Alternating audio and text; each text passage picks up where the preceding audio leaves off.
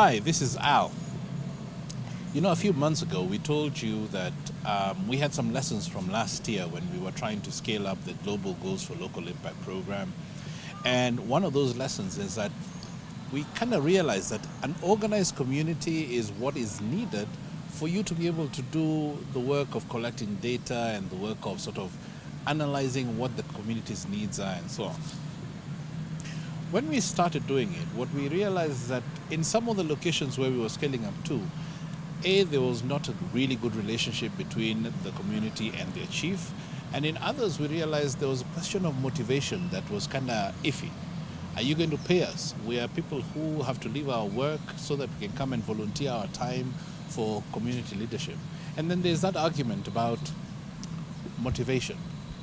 What is it that motivates me to sort of leave my work, to leave my life, and come for a few hours to be a community leader to serve my community? Is serving the community enough, or should I at least, even though I'm serving, benefit in some way, at least get a few shillings so that I can be able to go back home, or I can be able to pay for the fuel that I use to come for the meeting, or when in the case of collecting data, so that I compensate myself for the amount of work that I'm doing? Or is the result enough motivation that I will eventually get a hospital in my community and so on and so forth?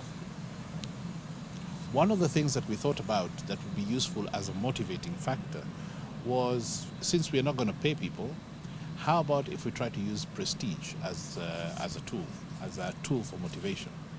And so what we did is that we worked with the Deputy County Commissioner for Nakuru North Sub-County. His name is Mutua Kisilu. And we sort of agreed that we're going to work with all of the 12 sub-locations, all of the 12 locations of Nakuru North, and that he will personally train them on the value of being a community leader and so on. And at the very end of it, we shall print out cards that they will each be given at a commissioning ceremony that happened. We did that. We went to all of the 12 locations and watched as the Deputy County Commissioner and his team trained each one of those community leaders in each one of those locations, the value of service, the value of being a community leader, and the places where they can go to get which kind of service. These community leaders learned about adult education. They learned about what happens at the agricultural officer's office. They learned about what the police are doing and how the police want to work with them, and the difference between the administration police and the general police.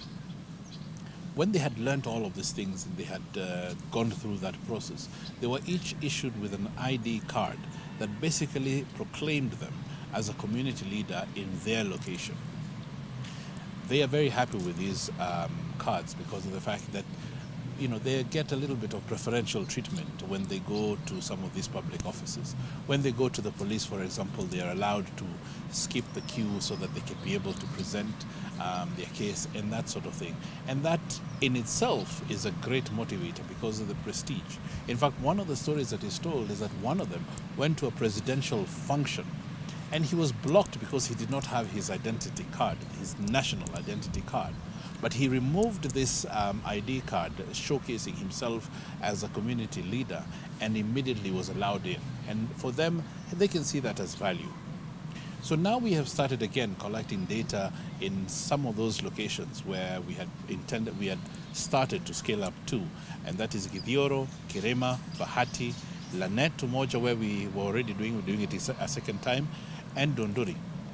What is interesting is that in some parts of Lanet and in some parts of Githioro, we are seeing community leaders refusing to collect data because of the fact that they want to be paid, even though they got that prestige. So now we're beginning to ask ourselves, isn't prestige enough?